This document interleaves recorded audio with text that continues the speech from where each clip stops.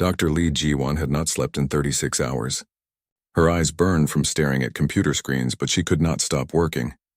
In the secret laboratory deep under the Korean mountains, her team was racing against time to turn 20 years of alien research into weapons that could save Earth.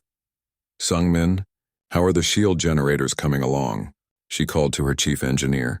Choi Sungmin looked up from a strange device covered in glowing blue crystals. "The alien power source is incredible, Doctor. One of their generators can protect an entire city, but we only have enough alien materials to build 12 of them." Lee nodded. She had expected this problem. The crashed alien ship from Mars had given them technology to study, but not enough materials to build an army. They would have to be smart about how they used what they had. Across the room, young scientist Kim Dae-hyun was working on something that looked like a massive cannon. "Doctor, the kinetic bombardment system is ready for testing. We took their gravity manipulation technology and turned it into a weapon. It can shoot metal projectiles at nearly the speed of light." "How many can we build?" Lee asked. "We have components for 6 platforms. We can hide 3 on the moon and 3 on Mars. The aliens won't see them until it's too late." Lee allowed herself a small smile. It wasn't much, but it was something. Humans were good at making deadly weapons from whatever they could find. Meanwhile, Admiral Kim Tae-ho was coordinating the largest military movement in human history. Every warship in space was racing back to Earth. The colonies would be unprotected. But if Earth fell, the colonies would die anyway. On the bridge of Seoul's Pride, Kim watched as his ships arrived one by one. The destroyer Busan's Hammer came from the Proxima system. The cruiser Incheon's Fury arrived from the mining colonies near Alpha Centauri. Each ship brought news that made Kim's heart heavy. "Admiral," reported Captain Oh Yuna from the Busan's Hammer, "we detected alien scout ships near the outer colonies. They're watching us. They know we're gathering our fleet." Kim was not surprised. The aliens had been in space for thousands of years. They probably had ways to watch human movements from far away, but this also meant the aliens thought 12 human ships were not worth worrying about. "Let them watch," Kim said calmly. "When this is over, they'll know they should have taken us more seriously." On the alien dreadnought Sovereign's Wrath, Commander Zethra was indeed watching the human military preparations with amusement. His sensors could track every human ship, every communication signal, every defensive position. "Look at them scurrying around like insects," he told his officers. "They actually think their tiny ships can fight us." Lieutenant Kethvor, his second-in-command, studied the sensor readings. "Commander, they are building something on their moon and on the Red Planet. Our scanners cannot identify the structures." Zethra waved a clawed hand dismissively. "Primitive defensive installations. Perhaps some missile launchers. It doesn't matter. Our shields can stop anything they have." But Zethra was curious about one thing. In his 300 years of conquest, every species had either surrendered immediately or begged for mercy after he destroyed a few of their cities. The humans had done neither. They were actually preparing to fight. "Send a probe," he ordered. "Destroy one of their orbital stations. Show them what Imperial weapons can do. Perhaps that will help them see reason." High above Earth, the research station Kepler-7 was monitoring deep space for incoming threats. Scientist Han Minji was on duty when her sensors detected something moving toward them at incredible speed. "Base, this is Kepler-7. I have an incoming projectile. It's moving too fast to be a meteor." Before Earth could respond, the alien weapon hit the station. The explosion was visible from the ground as a bright flash in the night sky. Kepler-7 and its crew of 40 people were gone in seconds. The message was clear. This was what happened to those who defied the Empire, but instead of making humans afraid, the attack made them angry. President Park's emergency hotline rang within minutes. Every world leader was calling, and they all had the same thing to say. "Those alien bastards just killed 40 of our people," the American president said over the video link. "Whatever you need, you have it. Money, resources, people, everything." Similar calls came from every nation. The aliens had made a mistake. They had given humanity something to fight for beyond just freedom. Now it was personal. Dr. Lee received the call an hour later. "Doctor, this is President Park. How much time do you need to get your weapons ready?" 36 more hours, Mr. President, but I have an idea. We need to test our technology against their defenses. Someone needs to attack that ship." Park was quiet for a moment. "That would be suicide, Doctor. Not if we're smart about it. We don't need to destroy their ship. We just need to learn how strong their shields are and see if our weapons can hurt them."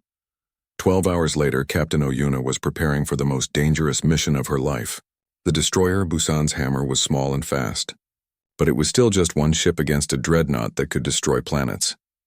"Captain," her weapons officer said nervously, "are you sure about this plan?" Yuna checked her instruments one more time. Dr. Lee's team had given her ship two special gifts. The first was a shield generator taken from the alien wreckage on Mars. It was not as strong as what the big alien ship had, but it might keep them alive long enough to escape. The second gift was more interesting: 6 missiles with warheads designed using alien technology. "Listen to me, all of you," Yuna said to her crew over the ship's communication system. "We're not trying to win this fight. We're trying to learn something that might help Earth win the war. Stay calm, follow orders, and we'll all go home." Yuna's hands were steady as she flew her ship toward the massive alien dreadnought. Her heart was beating fast, but her voice was calm when she opened a channel to Admiral Kim. "Admiral, this is Captain O. Beginning attack run now." "Good luck, Captain," Kim replied. "Make it count." The Busan's hammer raced toward Sovereign's wrath like a mouse charging at an elephant. On the alien ship, Commander Zethra could not believe what he was seeing. "One ship," he said incredulously. "One tiny ship is attacking us?" "Orders, Commander?" asked his weapons officer. "Destroy it, of course. Use minimum power. I want to capture some of these humans alive so we can study their foolishness." The alien ship fired, but Captain Yuna was ready. She spun her ship in a wild spiral, using every trick she had learned in years of combat training. "The alien energy beams missed by meters now," she shouted. All 6 missiles fired at once. They were much faster than normal human missiles because they used alien technology. More importantly, their warheads were designed to overload energy shields by creating massive electromagnetic pulses. The missiles hit Sovereign's wrath dead center. The alien shields flared bright blue and held, but several of the missiles penetrated through and exploded against the ship's armor. For the first time in 300 years, Commander Zethra felt his ship shake under enemy fire. "Impossible," he hissed. "How did their primitive weapons get through our shields?" Captain Yuna didn't wait to see the results. As soon as her missiles hit, she turned her ship around and ran for home as fast as her engines could take her. Behind her, the alien dreadnought's weapons lit up space with deadly energy beams, but the Busan's hammer was already too far away. The small human ship had done something no one had expected. It had hurt the mighty Galactic Empire. On Earth, Dr. Lee watched the sensor readings with excitement. It worked. The electromagnetic pulse missiles disrupted their shield harmonics for exactly 2.7 seconds. That's enough time for a kinetic projectile to get through. Admiral Kim smiled grimly as he watched Captain Yuna's ship return safely to the fleet. "Send a message to all ships. Tell them we now know the enemy can be hurt. Tell them to prepare for battle." Across the planet, humans worked through the night preparing for war. Factory workers built ammunition around the clock. Engineers installed shield generators in major cities. Soldiers said goodbye to their families and took positions at defensive installations. In space, 12 human warships formed a battle line between Earth and the alien dreadnought. They were still vastly outnumbered and outgunned. But they had something the aliens didn't understand. They had the determination of a species that refused to kneel. Commander Zethra stared at the damage reports from his ship. The humans had actually managed to damage Imperial armor. It was impossible, but the evidence was right in front of him. "Send a message to Imperial Command," he ordered. "Tell them these humans have some kind of advanced weapons technology. Request immediate reinforcement." But as he gave the order, Zethra felt something he had never experienced before. For the first time in his long military career, he was not completely certain of victory. The countdown to humanity's deadline continued. Less than 12 hours remained, and Earth was ready to give its answer. 1 year after the destruction of the Third Battle Fleet, humanity was no longer the same species that had once faced a single alien dreadnought with just 12 warships. Admiral Kim Tae-ho, now Supreme Fleet Commander of all human forces, stood on the bridge of his flagship Humanity's Defiance, as it led the largest fleet ever assembled by any species in galactic history. 1,500 human warships stretched across space in perfect formation. Each ship was more advanced than anything the Empire had ever built, powered by fusion reactors that humans had improved beyond alien designs and armed with weapons that could crack planets in half. Status report from all task forces, Kim ordered. Captain Ko Jamin, now commanding the massive assault carrier Titan's Wrath, responded first. Task Force Alpha is ready, Admiral. 200 ships positioned for the assault on Valora Prime. Similar reports came from commanders throughout the fleet. Task Force Beta was attacking Imperial supply lines. Task Force Gamma was liberating slave worlds. Task Force Delta was destroying Imperial shipyards. For the first time in galactic history, the Empire was fighting a war on multiple fronts. President Park Min-ho, now aboard the flagship as humanity's supreme leader, watched the tactical displays with satisfaction. The past year had transformed not just Earth, but 12 other star systems where humans had established military bases. Entire planets had been turned into shipyards and weapon factories. Dr. Lee, are our new weapons ready? Park asked. Dr. Lee Ji-won, now Director of Human Xenotechnology, smiled as she showed him a device the size of a briefcase. Mr. President, this single unit can disable every computer system on an Imperial dreadnought. We've also perfected the shield disruptor technology. Their defenses are useless against us now. But the most important change was not in technology. It was in the humans themselves. A year of constant warfare had transformed them from defensive fighters into aggressive conquerors. They no longer fought to protect Earth. They fought to free every enslaved species in the galaxy. Deep in the heart of Imperial space, Emperor Vosthu sat on his throne of black crystal, listening to reports that filled him with rage and fear. His reptilian face was scarred from centuries of warfare, but nothing had prepared him for the human threat. Tell me again how many fleets we have lost, he hissed to his military commander.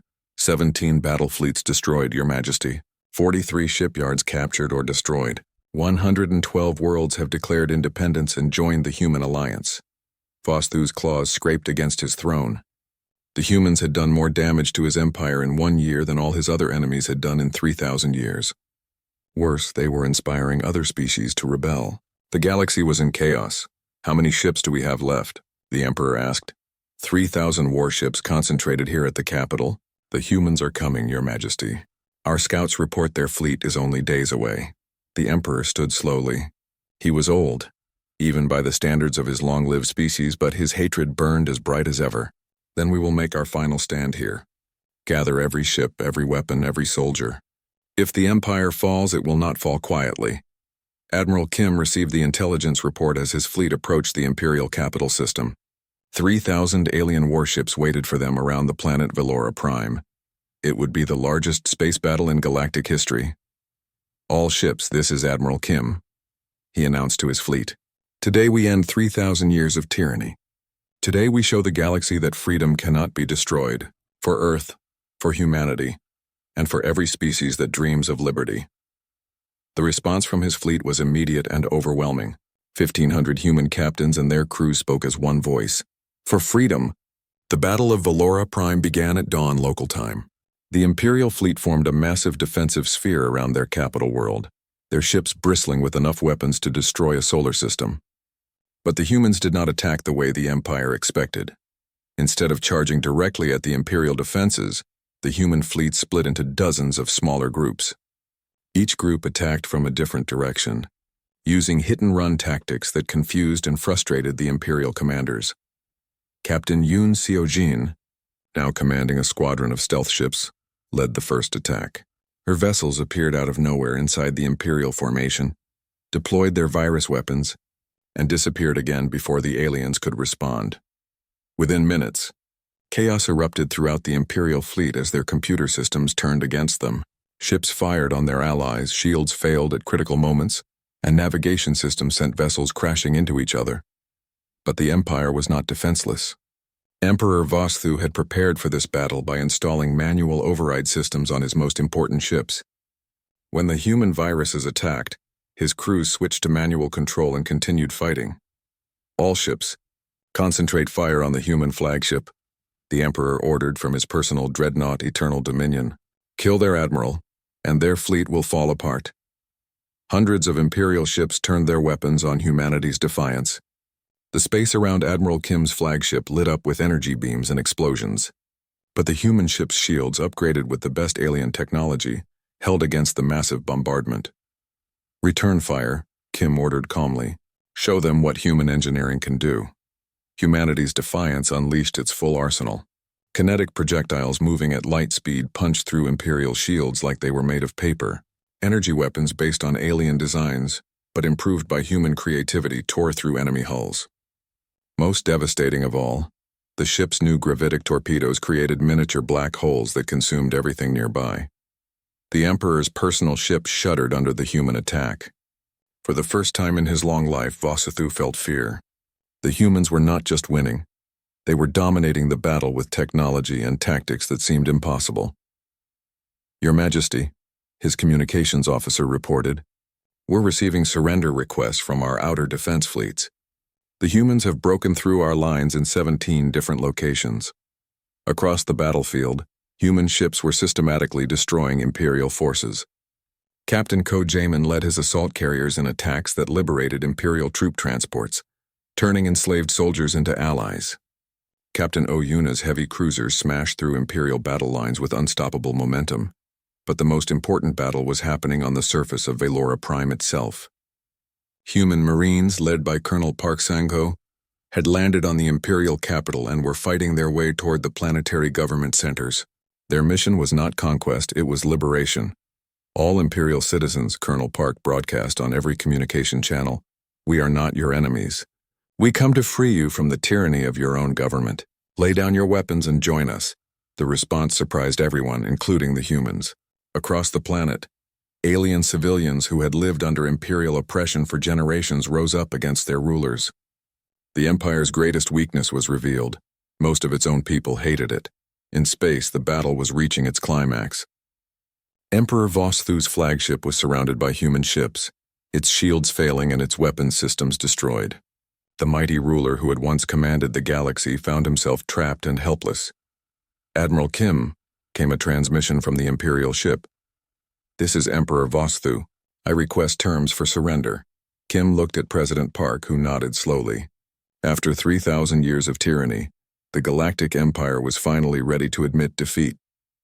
"Your terms are simple, Emperor," Kim replied. "Unconditional surrender of all Imperial forces. Immediate release of all slaves and political prisoners. Dissolution of the Imperial government and establishment of a democratic Galactic Council."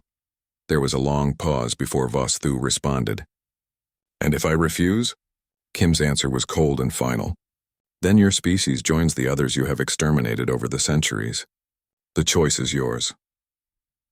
On the bridge of Eternal Dominion, Emperor Vossathu looked around at his defeated fleet and burning capital world. The humans had given him the same choice he had once given to Earth: surrender or die. The irony was not lost on him. "I surrender," he said quietly. "The Galactic Empire surrenders to humanity."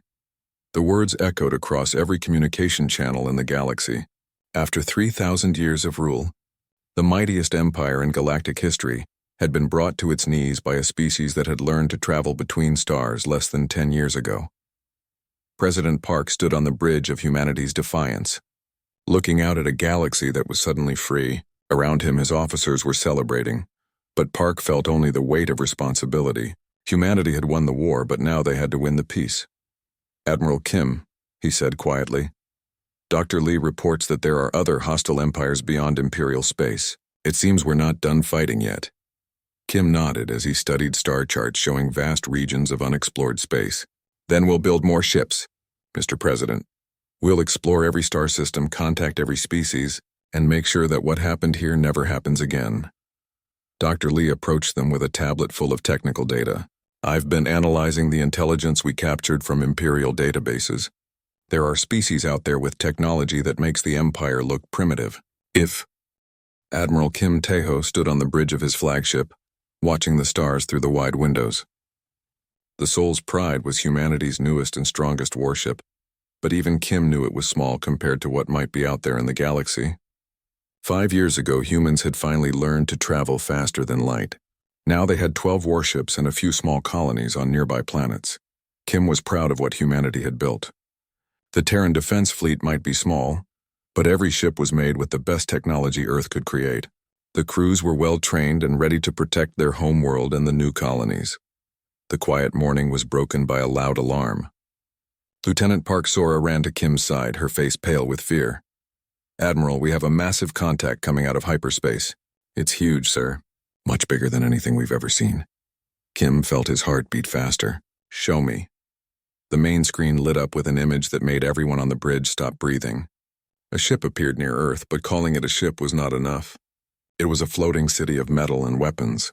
The thing was 10 times longer than Soul's Pride and covered with gun turrets that could probably destroy a planet.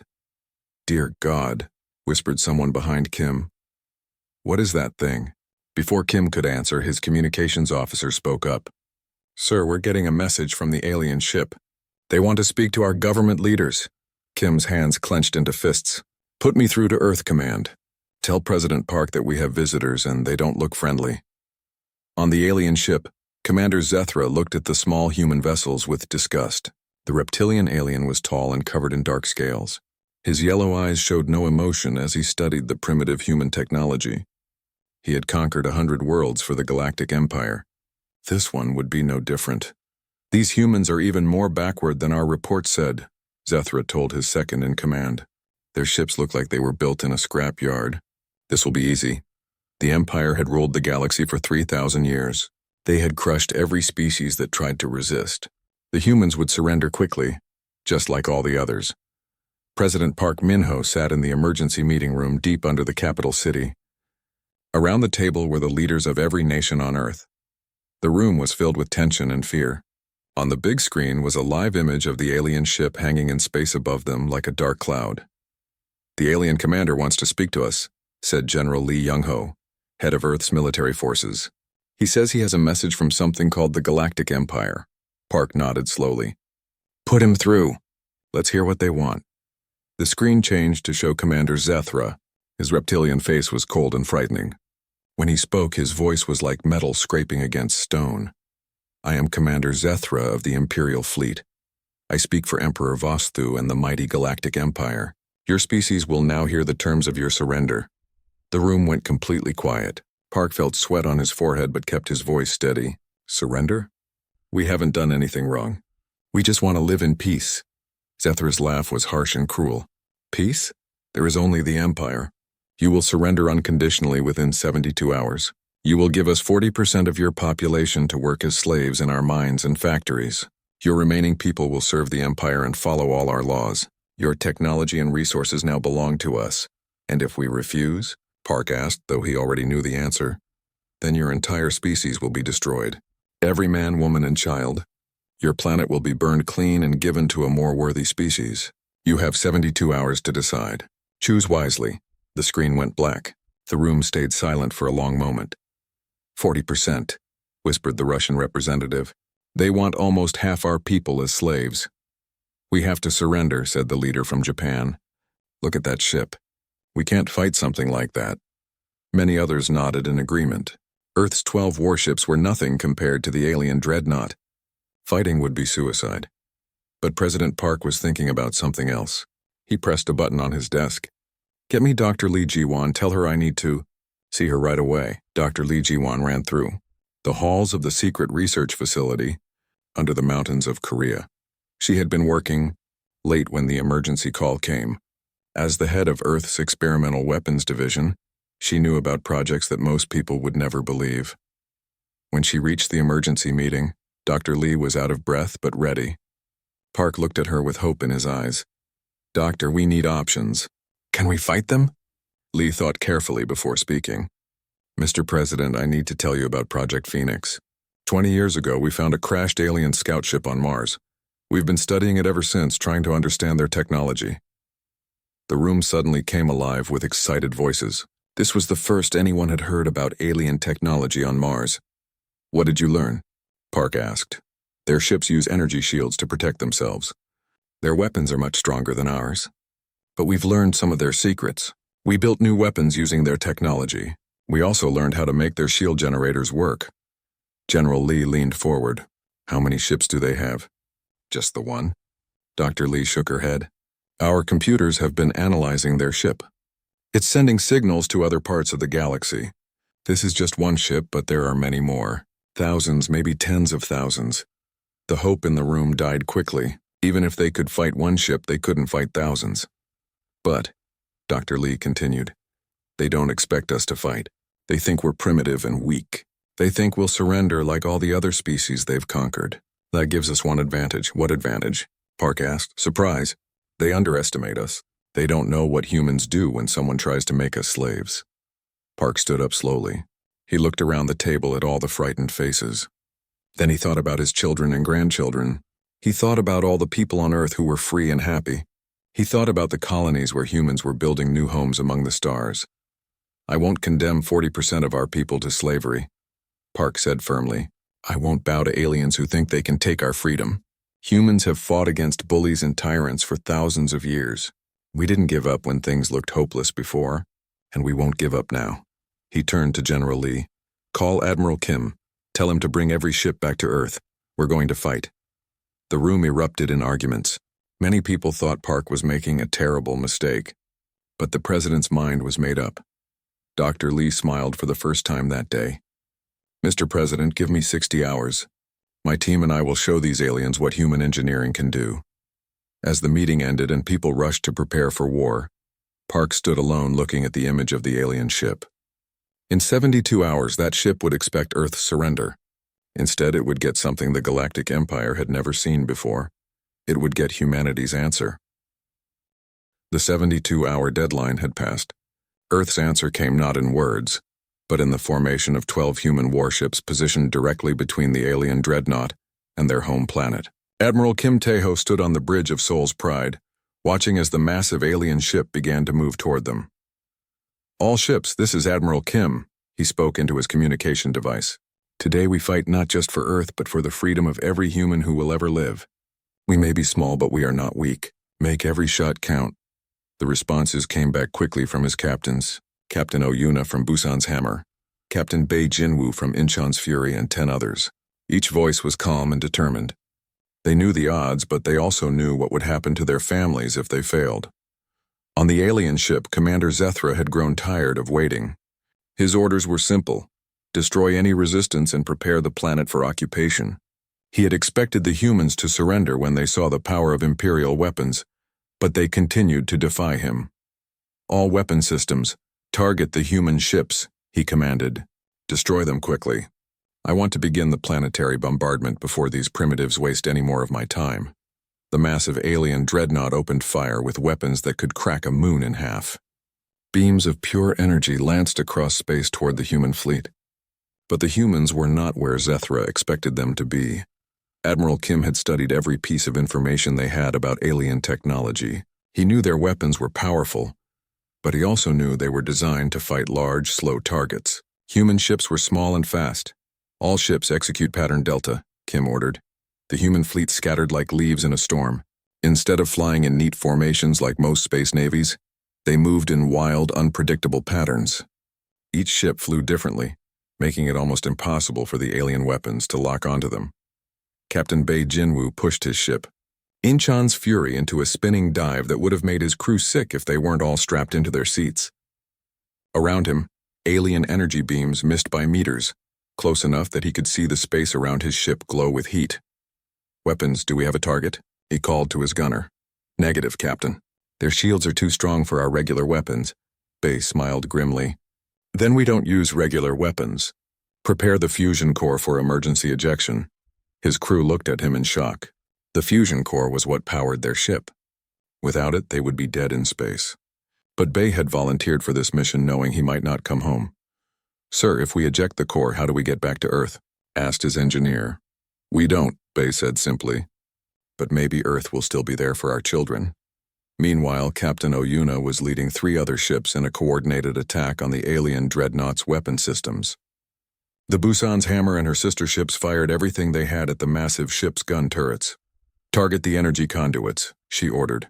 If we can't break their shields, maybe we can stop their guns from firing. Her missiles struck the alien ship's armor and exploded, but the damage was minimal. The dreadnought's hull was incredibly thick and strong, but every explosion created sparks and small fires, and Yuna noticed something interesting. Their repair systems are automatic, she reported to Admiral Kim. But they take time to fix damage. If we can hit them faster than they can repair, we might wear them down. Kim nodded as he listened to the report. It wasn't much of an advantage, but in a fight like this, any advantage was worth using. All ships concentrate fire on damaged sections. Don't let them repair anything. The battle had been going on for 20 minutes when Captain Bay made his move.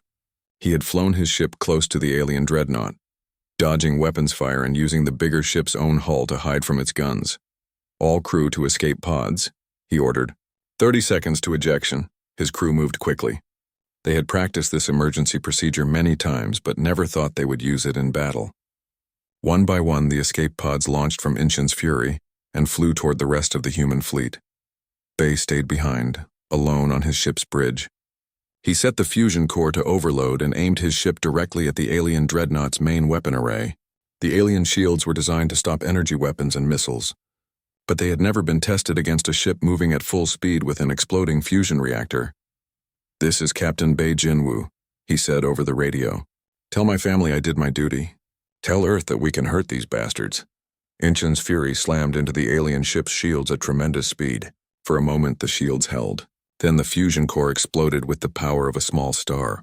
The energy overloaded the shield generators in that section, and the explosion tore through the alien ship's armor like paper.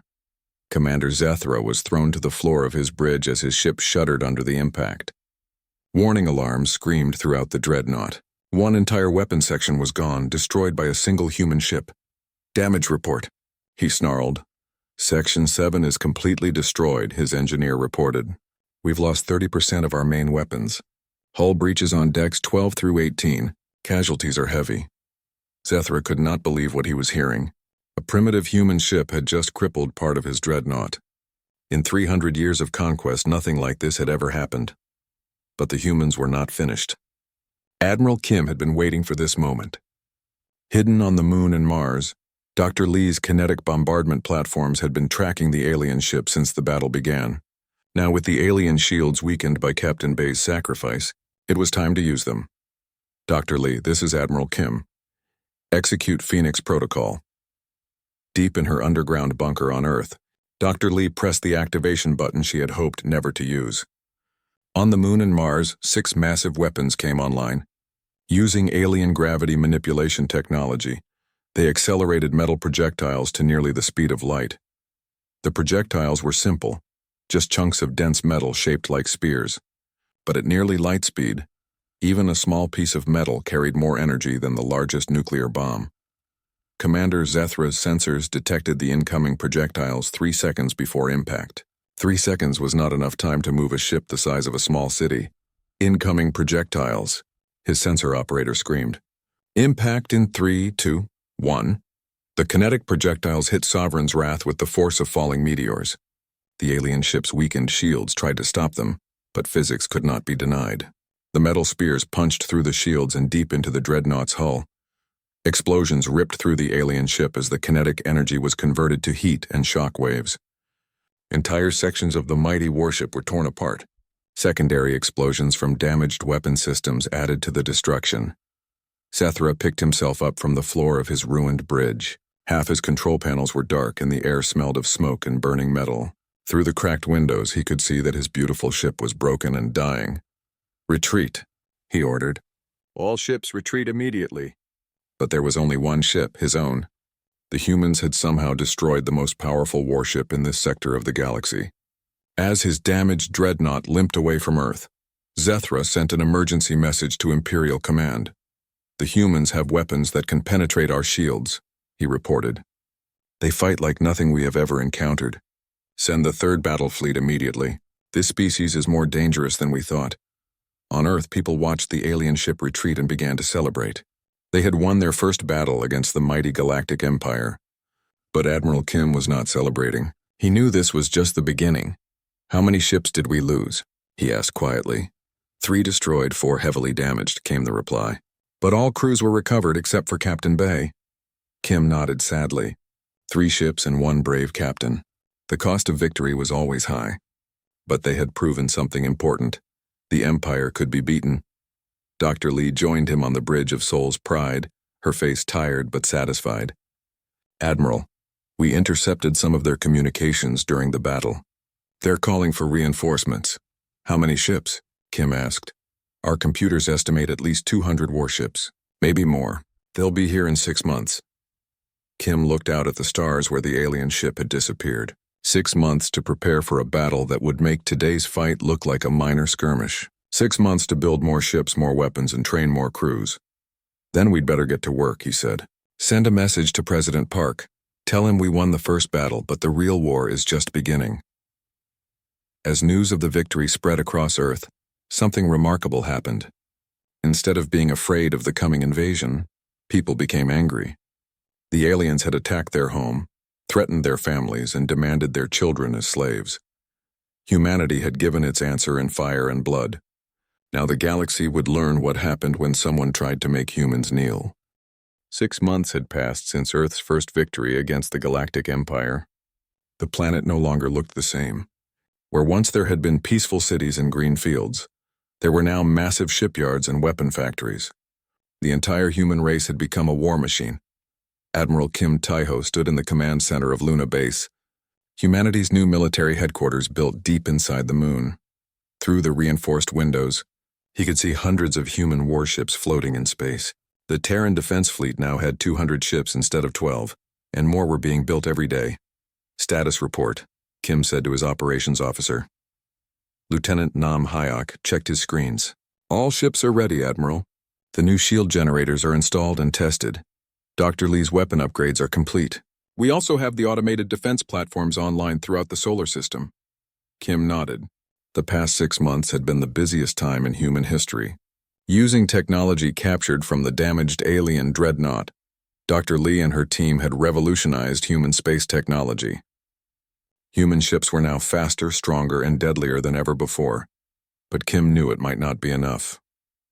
Intelligence reports suggested that the Empire's third battle fleet contained over 200 ships, each one as powerful as the dreadnought they had barely defeated. On the bridge of the flagship Sol's Vengeance, Dr. Lee Ji-won was making final preparations. The new battleship was 3 times larger than Sol's Pride and carried weapons that would have seemed impossible just months ago. More importantly, it carried humanity's newest and most secret weapon. Sung-min, how is Project Virus coming along? She asked her chief engineer. Choi Sung-min smiled as he held up a small device that looked like a metal spider. The nanobotic infiltrators are ready, Doctor. Once they get inside an alien computer system, they can take control of everything. Weapons, shields, engines, life support, everything. Lee nodded with satisfaction. Humans were good at learning from their enemies. The aliens used computer networks to control their massive ships. Now those same networks would become their weakness. Deep in space, far beyond the edge of the solar system, the Empire's third battle fleet was approaching Earth. Supreme Admiral Korthax commanded the fleet from his flagship Eternal Dominion, a ship so large it had its own gravity. He had brought 250 warships to crush the human rebellion once and for all. Korthax was older than Commander Zethra and much more experienced. He had conquered entire star systems for the Empire. The report of human resistance had surprised him, but he was confident that overwhelming force would solve the problem. Communications. Send a message to the human homeworld, he ordered. Tell them they have one chance to surrender before we destroy everything they have built. But when the Imperial fleet reached the edge of the solar system, Korthax discovered that the humans had been busy. His sensors detected thousands of objects scattered throughout space. Mines, automated weapons platforms, and sensor arrays. The entire solar system had become a fortress. Sir, his sensor operator reported, we're detecting 200 human warships positioned near their homeworld. Also, there are massive defensive installations on every planet and moon in the system. Korthax studied the tactical display with growing concern. This was not the primitive civilization described in the Zethra's reports. The humans had built a proper military force in just 6 months. Begin the attack, he ordered. Destroy everything. The largest space battle in human history began at exactly 1430 Earth Standard Time. The Imperial fleet advanced in perfect formation, their ships moving like a wall of death toward Earth. But the humans were not waiting passively for them to arrive. Admiral Kim had learned from studying alien tactics. The Empire relied on overwhelming firepower and superior technology. They expected their enemies to fight defensively and be crushed by Imperial might. But humans had never been good at following other people's expectations. All ships, execute swarm protocol, Kim commanded. Instead of forming neat battle lines, the human fleet scattered in all directions. Some ships hid behind asteroids. Others used the gravity of planets to slingshot themselves at incredible speeds, and still others simply disappeared into the darkness of space.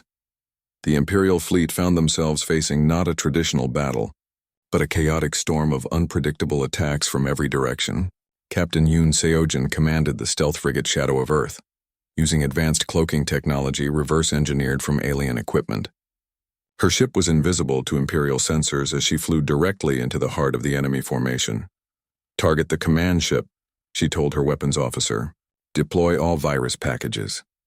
Shadow of Earth fired 12 special missiles, each one containing dozens of nanobotic infiltrators. The missiles were designed to look like normal explosives, but their real purpose was to deliver Dr. Lee's computer viruses into the Imperial fleet's network. The missiles struck various ships throughout the Imperial formation. The alien shields stopped the explosions, but the nanobots were already inside, spreading through computer systems like a plague. Supreme Admiral Korthax noticed the first signs of trouble when his weapon systems began firing randomly. "What's happening?" he demanded. "Sir, our computers are malfunctioning," his engineering officer reported in panic. "Weapons are targeting friendly ships. Shield generators are shutting down randomly. Navigation systems are giving false readings." Across the Imperial fleet, chaos erupted. Ships that had fought together for decades suddenly turned their guns on each other as the virus took control of their targeting systems. Shield generators failed at critical moments, leaving ships vulnerable to human attacks. Captain Oyuna, now commanding the heavy cruiser Pusan's Thunder, led a squadron of 20 ships against the confused Imperial vessels. "All ships focus fire on the unshielded targets. Make every shot count." The human attack was devastating. Ships that had been protected by energy shields moments before were now helpless against human weapons. Explosions lit up space as one Imperial ship after another was destroyed by concentrated human fire. But the humans had more surprises. From hidden positions throughout the solar system, the automated defense platforms that had been built over the past 6 months came online. Unlike the 6 kinetic bombardment platforms used in the first battle, there were now hundreds of them. The platforms fired simultaneously, sending thousands of projectiles at near light speed toward the Imperial fleet. The metal spears punched through alien hulls like bullets through paper, causing massive damage to ships already crippled by computer viruses. Supreme Admiral Korthax watched in horror as his mighty fleet was torn apart. In 30 minutes of combat, he had lost over 100 ships. The humans were fighting with a combination of advanced technology and brutal tactics that the Empire had never encountered. "All ships, retreat to minimum safe distance," he ordered desperately. "Regroup and assess damage." But Admiral Kim was not finished. Hidden in asteroid fields and behind the outer planets, another surprise was waiting. 500 additional human warships suddenly appeared, surrounding the retreating Imperial fleet. "Impossible," Korthax whispered. "Where did they come from?" Dr. Lee smiled as she watched the battle from Sol's vengeance. "Humanity doesn't just build ships, Admiral. We build them fast and we hide them well." For the past 6 months, human shipyards had been working around the clock, but instead of building ships in obvious locations, they had constructed hidden facilities in asteroid mines on the dark sides of moons, and in the depths of space where Imperial scouts would never think to look. The newly revealed fleet attacked from all sides. The Imperial ships, already damaged and confused by computer viruses, found themselves outnumbered and outmaneuvered. Human tactics were unlike anything in Imperial military doctrine. They fought dirty, used deception, and never gave their enemies a moment to recover. Captain Lee Soman, commanding the assault carrier Dragon's Fury, launched wave after wave of fighter craft against the larger Imperial ships. The small human fighters were too fast and numerous for alien point defense systems to stop. They swarmed over the big ships like angry insects, striking at weapon systems and shield generators. As the battle raged, more and more Imperial ships fell silent, their crews dead or unconscious from life support failures caused by the spreading computer virus. Some ships tried to surrender, but their communication systems had been compromised and could only broadcast random noise. Supreme Admiral Korthax realized that his invasion had become a disaster. The Third Battle Fleet, pride of the Imperial Navy, was being destroyed by a species that had barely learned to travel between stars. "Send an emergency message to Imperial Command," he ordered. "Tell them we need immediate reinforcement. Tell them the humans are more dangerous than we ever imagined." But even as he gave the order, Korthax knew it was too late. Only 50 of his ships were still functional, and they were surrounded by hundreds of human vessels. The Empire's greatest military force had been broken by creatures they had dismissed as primitives. Admiral Kim watched the last Imperial ships try to escape, and felt no satisfaction in victory. He had won this battle, but he knew the war was far from over. The Empire ruled thousands of star systems and commanded